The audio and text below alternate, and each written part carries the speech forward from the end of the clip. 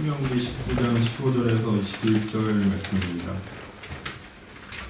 사람의 모든 악에 관하여 또한 모든 죄에 관하여는 한 증인으로만 정할 것이 아니요 두 증인의 입으로나 또는 세 증인의 입으로 그 사건을 확정할 것이며, 만일 위증하는 자가 있어 어떤 사람이 악을 행하였다고 말하면 그 논쟁하는 쌍방이 같이 하나님 앞에 나아가 그 당시에 제사장과 재판장 앞에 설 것이요, 재판장은 자세히 조사하여 그 증인이 거짓 증거하여 그 형제를 거짓으로 모함한 것이 판명되면 그가 그의 형제에게 행하려고 꾀한 그대로 그에게 행하여 너희 중에서 악을 제하라. 그리하면 그 남은 자들이 듣고 두려워하여 다시는 그런 악을 너희 중에서 행하지 아니하리라. 내 눈이 긍휼히 여기지 말라. 생명에는 생명으로, 눈에는 눈으로, 이에는 이로, 손에는 손으로, 발에는 발로이니라. 아멘. 너희 중에서 악을 제하라. 주제의 말씀 가지고 나왔습니다. 잠깐 기도드릴게요.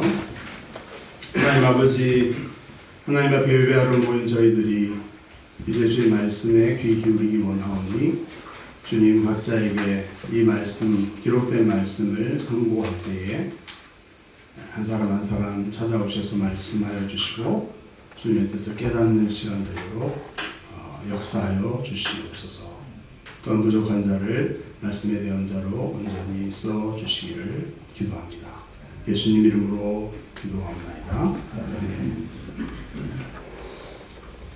우리가 신명기 말씀을 함께 보고 있는데 3,500년 전 우리와 다른 상황 가운데 이스라엘이라고 하는 신정 정치를 추구하던, 하나님이 왕으로서 다스리는 그런 나라를 살아가던 이스라엘 백성에게 주신, 사실 그들이 그 땅에 들어가기 직전에 모세가 준 그 땅에 들어가서 어떻게 살 것인가, 이런 말씀을 생각해 보고 있습니다.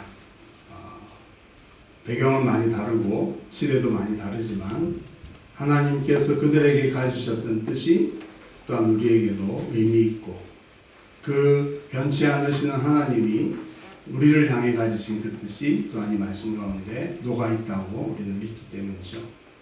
하나님을 어떻게 예배할 것인가, 또 하나님께서 주신 것들을 어떻게 이웃과 아낌없이 나누어서 우리 가운데 가난한 자가 없도록 우리가 함께 책임지면서 함께 공동체로 살아갈 것인가. 또 어떤 것이 있었죠? 절기를 통해서 하나님과 언약한 조상들, 그들이 하나님과의 언약 속에 살아가는 것이 아니라 그들과 함께 우리도 그 동일한 언약 속에서 지금도 살고 있다라고 하는 그런 연대적인 생각을 가지고 이 말씀, 이 하나님과의 관계를 생각하는, 그렇기 때문에 3,500년이 지나고 오늘날 살아가지만 그들과 다 연대되어 있는 하나님의 백성으로서 우리가 이 말씀을 우리에게 주신 말씀으로 받는 것이죠. 지난주에는 그 나라의 왕은 어떤 존재인가, 당시에 고대 근동의 왕들과는 전혀 다르게 하나님이 통치하시는 하나님의 말씀의 법 아래서 이스라엘의 가장 모델이 되는, 모범이 되는 존재로서 말씀을 가까이 하고 또 하나님의 사랑을 드러내는 그런 통치자로서 왕이 기대된다, 하는 말씀들을 생각해 보았었습니다. 한 주일 동안 그런 통치자로서의 정체성 가지고 이렇게 사느라 수고 많으셨죠? 그렇게 살려고 노력하셨죠? 네. 세상을 다스리라고 하신, 창조 때 우리에게 주신 그 하나님의 뜻이 그런 방식으로 구체적인 이스라엘이라는 나라, 그런 왕의 모습을 통해서 드러나기를 기대하셨던 중, 그것이 오늘날 우리의 가정과 우리의 삶 속에서 그렇게 나타나도록 동일한 하나님의 뜻이 우리에게 드러날 줄 믿습니다. 여러분 그렇게 생각하시고 그렇게 살아가시는 거죠? 네. 아멘 이렇게 안 하셔도 속으로 다 하고 계시는 거랍니다. 오늘 우리가 좀 다룰 이 주제가 쉽지 않은 주제일 수 있습니다. 너희 중에서 악을 제하라. 한번 소리내서 함께 말해보겠습니다. 너희 중에서 악을 제하라. 악을 제하라. 그 전제는 이스라엘이라는 나라가 거룩한 하나님의 제사장 국가, 세상 모든 민족들을 향한 제사장 역할을 하기 위해 부름받은 거룩한 백성이라는 존재입니다. 우리 오늘날 하나님의 나라의 복음을 통해서 부름받은 우리 교회도 똑같은 정체성과 사명을 갖고 있는 줄 믿습니다. 그렇죠? 거룩한 주의 백성이고 세상을 책임지고 섬기는 제사장 국가로서, 제사장 공동체로서 교회로 모여 있는 것입니다. 그런데 그런 역할을 하기 위해서 하나님께서 이스라엘 백성에게 말씀하셨던 중요한 말씀 중에 하나가 바로 너희 중에서 악을 제거하라, 이런 말씀입니다. 이스라엘 백성 가운데 어떤 악과 죄가 드러나게 되면 하나님의 말씀과 계명들이 있죠. 이렇게 해라, 이렇게 하지 말아라 하는 기준들이 있습니다. 그 말씀들 앞에서 죄와 악이 발생하고 드러나게 되면 어떻게 처리해야 될 것인가, 이것들이 오늘 본문에 좀 자세히 나와 있습니다. 모든 죄와 악에 대해서 한 증인으로만 정할 것이 아니고 두 증인의 입으로나 또는 세 증인의 입으로 그 사건을 확정할 것이다, 이렇게 시작하고 있습니다. 증인이 필요하다, 증인으로부터 그 절차는 시작된다 하는 것들을 얘기하고 있습니다. 한 증인으로만 아니요. 여러분, 어떤 문제가 생기면 우리 교회나 우리 가정이나 우리 사회 속에 문제가 생겼다고 생각하면 갈등이 생기고 악한 일들이 생기고 이렇게 되면 어떻게 해야 될까요? 그 사실을 확인할 필요가 있죠. 그 사건은 이미 지나간 과거에 속하기 때문에 그 사건을 다시 확인해서 재구성할 필요가 있습니다. 사건의 재구성, 이런 것들을 해야 되는데 그런 데 있어서 가장 중요한 것은 증인, 증거, 이런 것입니다. 그래서 누가 그러더라, 익명의 소문에 의해서 그런 일이 있었다고 하더라 해가지고 가짜 뉴스도 많이 양산되죠. 그런 것을 가지고서 어떤 공적인 문제를 해결하는 절차를 시작할 수는 없다는 것입니다. 확실하게 그 사건을 입증하는 것이 필요합니다. 여러분, 오늘날도 그렇습니다. 법원에 재판정에 잘 갈 일이 없으셨고 없어야 되겠지만 법원에서 일어나는 일은 뭐냐 하면 법이 뭔지를 모르는 게 아니잖아요. 그 법은 있는데 이 법을 이 사람, 이 사건에 적용할 것인가 말 것인가를 확인하기 위해서 가장 많은 시간에 대부분 그곳에서 하는 일은 뭐냐 하면 그 사건이 진짜 어떻게 일어난 것이냐, 그것을 어떻게 입증하고 확정 지을 수 있느냐, 이것으로 양측이 논박을 하죠. 거기서 제일 중요한 건 뭡니까? 증거가 뭐냐, 증인이 뭐냐 하는 것입니다. 어떤 일이 있었다고 주장하는데 그것을 입증할 만한 증거와 증인이 없으면 그 사실은 확정될 수가 없고 그러면 무죄, 이렇게 되는 것입니다. 여러분, 그래서 분명히 거의 이 사람이 그런 것이 거의 분명한데 증거나 증인이 없어서 무죄로 되는 이유는 그것은 정의롭지 못하다, 이렇게 느낄 수 있지만 그것은 우리를 보호하는 장치죠. 만약에 어떤 문제가 생겨서 누가 카더라 통신으로 가짜 뉴스로만 만들어서 이렇게 했는데 증거도 없는데 내가 죄인으로 낙인 찍혀서 형벌을 받게 된다, 이런 일이 있어서는 안 되기 때문에 상대방에게도 똑같이 분명한 증거와 증인을 통해서 사건이 확정되어질 때에 거기에 그 법과 형벌이 적용이 될 수 있게 해야 되는 것입니다. 교회 안에서도 이스라엘 백성 가운데도 마찬가지였죠.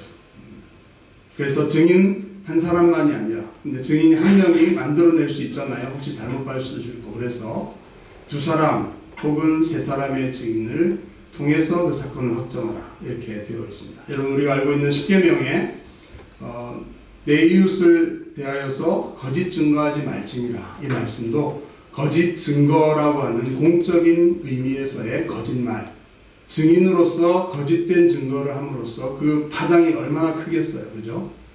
공적인 그런 절차를 통해서 어떤 사람을 죽일 수 있는, 엄청난 피해를 줄 수 있는 것인데 거짓된 증언을 하는 증인이 되어서는 안 된다, 이런 굉장히 심각한 차원의 십계명입니다. 그냥 이웃들에게도 거짓말하면 안 되지만 특별히 공적인 자리, 법정에서 증인으로서 거짓 증언을 한다. 이것은 엄청난 악이죠. 그 사회 전체의 정의와 바른 공의로운 질서와 절차를 무너뜨리는 엄청난 것이 되는 것입니다. 그래서 거짓 증언하지 말라, 거짓 증거하지 말라는 것은 그런 심각한 의미가 있습니다. 그리고 두세 사람이 복수의 증인들이 필요하다 하는 것들은 이해할 만하죠. 한 사람이 아니라.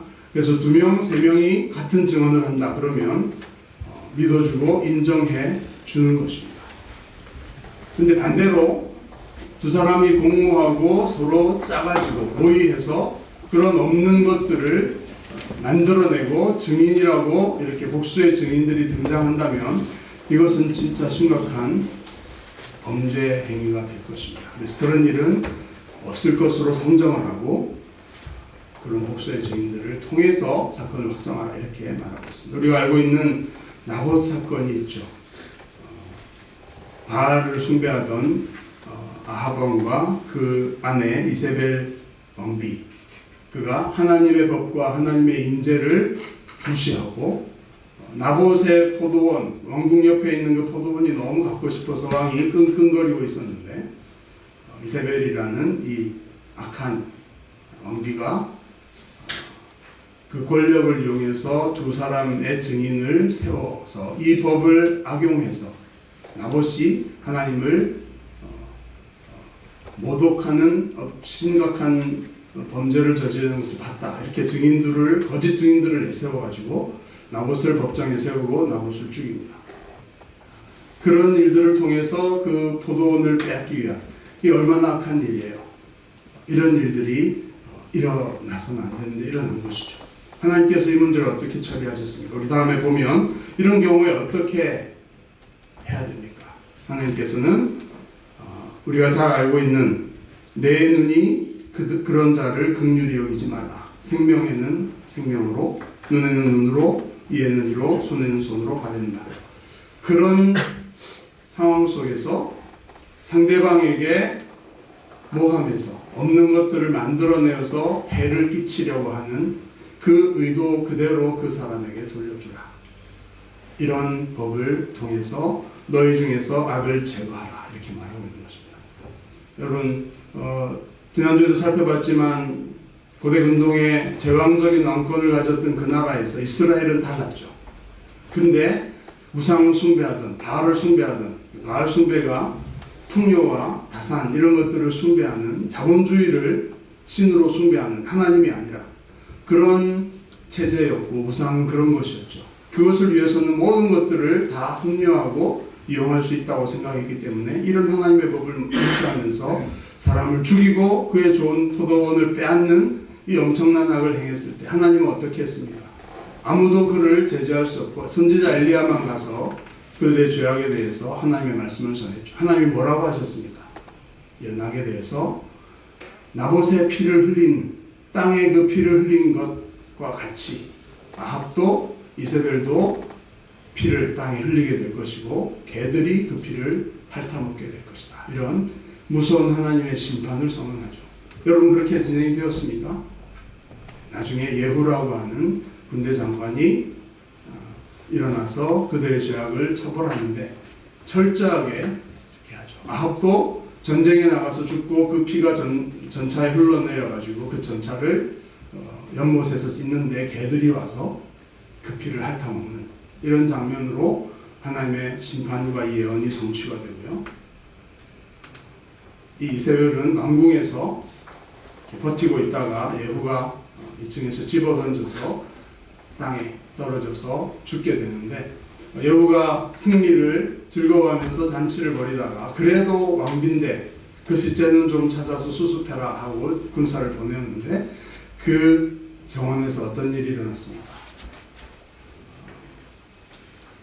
그 해골 머리뼈와 손발뼈 정도만 찾을 수 있었고 들개들이 그 몸을 다 뜯어먹고 찾을 수 없게 그런 하나님의 심판이 임했던 것이 역사적 사건으로 기록되어 있습니다. 하나님은 이처럼 이 법이 동해보복법 이렇게 눈에는 눈, 이에는 이 이런 식으로 표현되어 있고, 이건 고대 근동에도 있는 아주 잘 알려진 경구였지만 성경 안에도 들어와 있는데, 하나님께서는 이곳에서 이 공동체에서 죄악을 깨끗이 제거하고 처리하는 기준으로서 상대방에게 모함하고 거짓되게 그것을 덮어씌워서 그에게 해를 가하려고 했던 그대로 그 사람 악을 행하고 도모한 그 본인에게 돌려주도록 이렇게 규정하고 있죠. 그리고 우리가 살펴본 것처럼 그 피 흘림 그대로 그 이상으로 하나님께서는 이 법을 따르지 않는 그 악한 왕과 왕비에 대해서 하나님은 그 이상으로 심판하시는 그런 두려운 것들을 보게 되죠. 동해보복에 대한 오해가 좀 있습니다. 똑같은 해, 똑같은 것을 돌려줘라. 그 악에 대해서 이렇게 하는 것을 그러면 오늘날 우리도 우리한테 나를 기분 나쁘게 하면 똑같이 돌려주는 그런 원칙으로 우리가 잘못 사용하기도 하죠.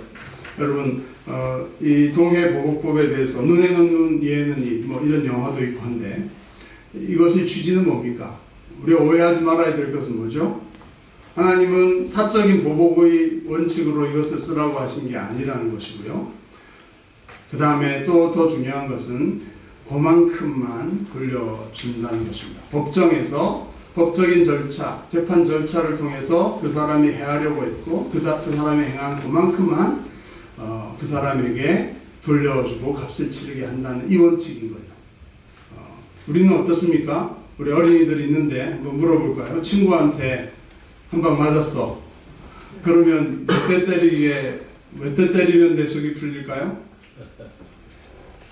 2대요. 2대 때리면 풀립니까? 근데 상황이 너무 억울하고 기분 나빠.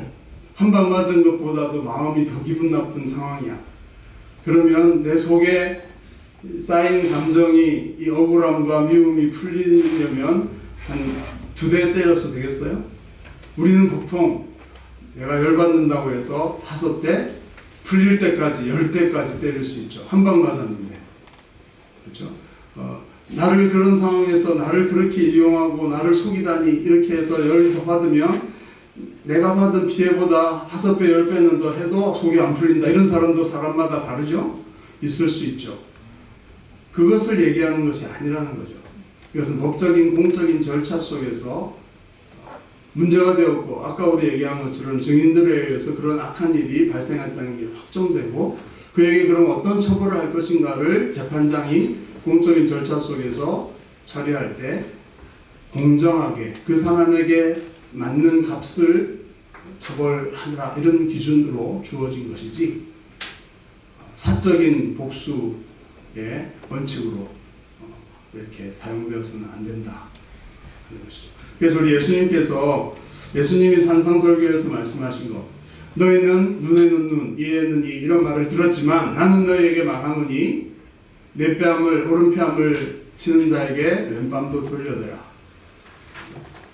이렇게 오리를 억지로 가게 짐을 지어서 하면 심리까지 가져라.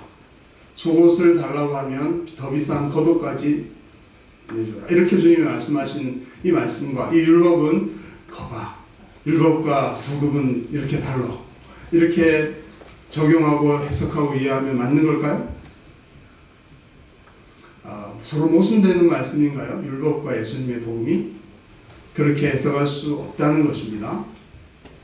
예수님도 눈에는 눈, 이에는 이 이것이 그 당시의 사적인 그런 보복과 이런 것들로 와 있는 개인적인 관계 속에서 예수님을 따르는 제자들은 그렇게 악한 자와 원수 같은 박해하는 자들을 대해서 용서해주고 그들의 필요를 더 채워주고 그들이 하고 싶은 대로 다 내어주는 그런 개인적인 관계 속에서 그것을 주님께서 기대하셨던 그런 마음가짐을 기대하셨던 용서하고 도리어 그런 자를 불쌍히 여기고 내가 더 받아야 되는 것이 맞지만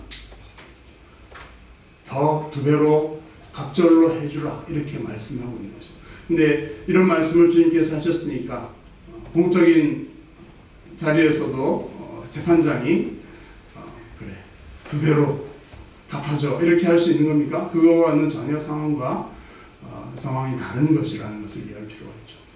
여러분 이 사회 속에 또 오늘날 우리 교회 속에서도 개인적인 문제와 사적인 문제들이 이렇게 혼재되어 있는데 그것들을 공적으로 처리할 부분에서 바르게 처리하는데 그 기준이 바로 이런 것이다 하는 것은 그대로 살아있는 원칙이 되어야 할 것입니다. 그 이상의 것을 그에게 집단적으로 이렇게 복수하고 집단적으로 어떤 사람에게 그렇게 가지 않도록 공적인 절차가 그것을 막아주고 거기에 합당한 정도 이렇게 할 수 있도록 이해하는 것이 옳다는 것이고 예수님의 말씀과 모순되지 않는다 하는 측면들을 이해하시고 생각해 보시고 그렇게 할 수 있는 우리 자신들이 되어야 되겠습니다. 근데 마지막으로 그러면 신약에서는 이 말씀은 어떻게 적용되고 있는가 하는 것들을 보셨습니다. 특별히 공동체 속에서 악을 제거하는 이 문제. 신약 공동체 우리가 교회로서 모여 있는데 세상과 다른 것이 무엇입니까? 거룩한 백성이고 하나님의 이런 법칙과 진리를 따라 살아가는 삶에 있는 것이죠. 예수님의 죽으심으로 우리가 의롭다함을 받았다고 해서 무조건 공짜로 의롭다함을 받는 이런 것만을 계속해서 추구하면서 사는 것이 교회냐? 그것이 아니거든요. 그 이상의 의로움들을 드러낼 수 있도록 복음은 우리를 의롭게 하는 능력이 주어지는 것입니다. 여러분 그것은 믿으십니까?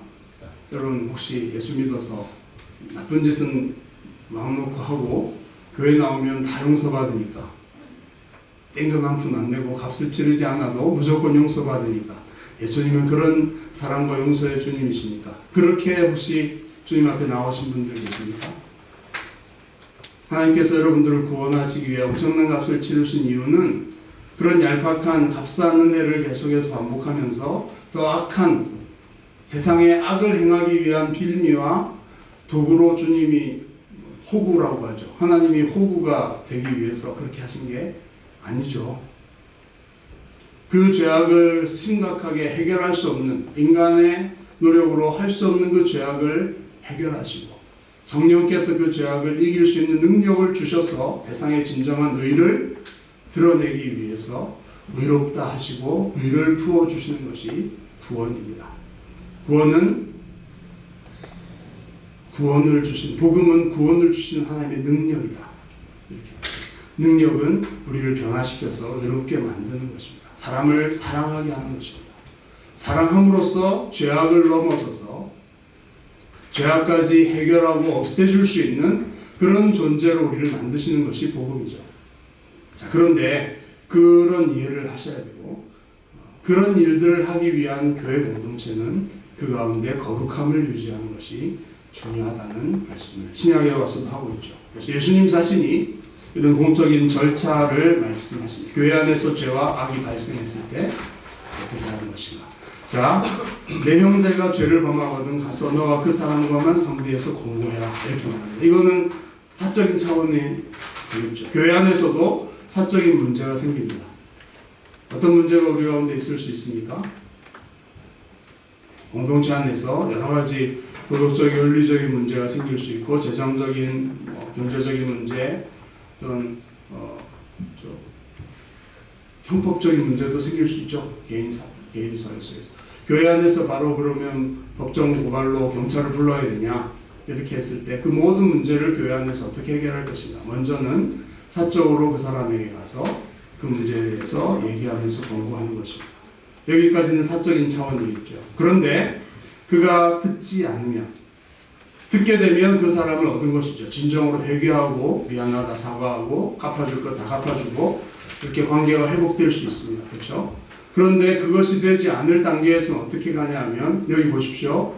두세 사람의 증인을 데리고 가는 것입니다. 한두 사람을 데리고 가서 증인을 확보하는 것입니다. 그래서 그들과 함께 그 문제에 대해서 얘기하고 그것을 들으면 말마다 확증하게 하고 들으면 또 괜찮죠. 그렇지만 듣지 않을 경우에는 그들의 말도 듣지 않거든. 그래서 증인들을 확보한 다음에 공적인 절차를 진행하는 것이고요. 그것도 듣지 않으면 교회에 공적으로 말해서 교회의 절차대로 처리하도록 되어 있습니다. 그래서 교회 공동체가 구약에서는 그런 정치, 사회, 경제 그런 사법적인 절차 이런 것들이 있었던 논리가 신약에 와서 교회 공동체 안에서는 이렇게 예수님께서는 기도를 세우셨고요. 그 다음에 사도 바울이 특별히 구체적으로 고린도 교회 내에서 문제가 생겼을 때 처리한 방법을 살펴봅니다. 분명히 너희 중에 심지어 음행이 있다. 그 고린도 교회에 교회 안에서 음행이 있다. 자기 아버지의 아내를 취하였다. 이렇게 그 복수의 아내가 있었던 것 같고요. 자기 친어머니는 아닌 것 같은데 문제가 된 그 가정은 굉장히 부유하고 사회적 영향력이 있는 가정. 교회 내에서도 굉장히 지도력을 갖고 있는, 영향력을 갖고 있는 가정에서 이런 일들이 벌어졌고, 고린도 교회 내에서는 그 문제를 해결할 생각과 능력이 없었고, 영향력이 큰 가정이니까 사회적으로나 돈도 많고 권력이 있는. 교회 안에서 그 문제를 해결하지 못하고 계속해서 그 문제가 드러났음에도 불구하고 처리되지 않는 상황 속에서 바울은 바다 건너 에베소 교회에서 편지를 보내죠. 너희가 왜 그런 자를 쫓아내지 않았느냐 이렇게 말하고 있습니다. 그런 잘못에 대해서는 공적으로 처분하고 그런 자를 공동체에서 쫓아내야 된다 이렇게 말하고 있죠. 그 이유는 육신은 멸하고 영은 주 예수의 날에 구원을 받게 하기 위해서. 위에서 말한 예수님께서 하신 말씀처럼 공적인 절차를 통해서 그가 회개할 수 있도록 회개의 기간을 선포하고 교회 성찬에도 참여하지 못하고 교회 밖으로 나가서 회개하도록 하는 기간들을 두라는 것입니다. 그리고 그가 진정으로 회개하고 돌이킬 때에 그런 자들이 주님 앞에서 회개한 증거들을 교회가 확인하고 나서 다시 받아들인다. 그래서 내어 쫓는다 이런 표현들이 분명히 나와 있고요.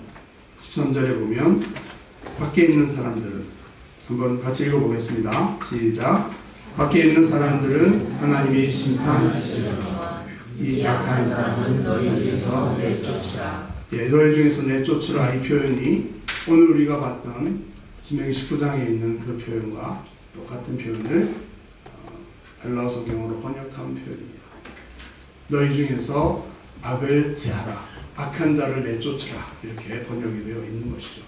밖에 있는 사람은 뭡니까? 이 얘기를 하니까 누룩이 언덕에 퍼지는 것처럼 공동체 안에 누룩이 퍼져나가는 것을 차단하고 쫓아내라 이렇게 말하니까 그러면 교회 밖에 있는 음행하고 고린도 교회가 굉장히 문란했거든요.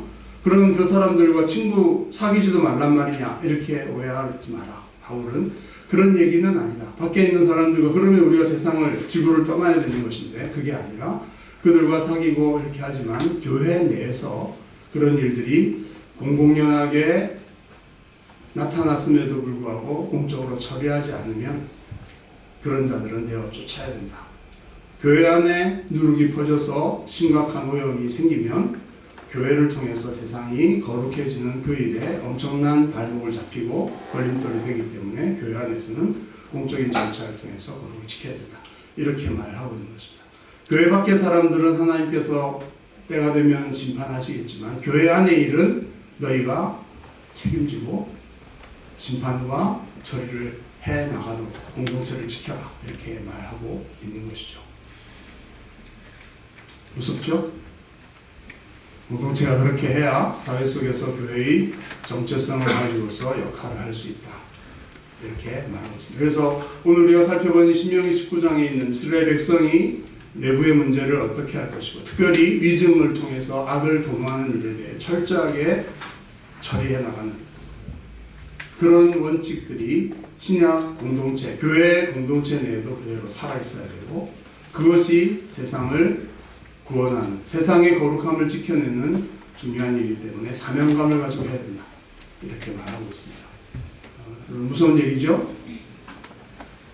이런 기준이 있어야 우리도 함부로 하지 않고 사적으로 처리될 문제는 사적으로 처리되지만 교회 문제를 야기할 수 있는 공적인 문제가 되었을 때는 공적으로. 그래서 교회 법에도 그런 문제들이 조사하고 재판위원회가 구성이 되고 목사가 문제가 되면 노회 차원에서 재판위원회가 구성이 됩니다. 그래서 절차가 다 진행이 되고 보고가 되고 증거들이 제시되고 해서 판결이 나오고 목사가 파면도 되고 아니면 쫓겨나기도 하고 징계 같은 것들을 받게 되어 있습니다.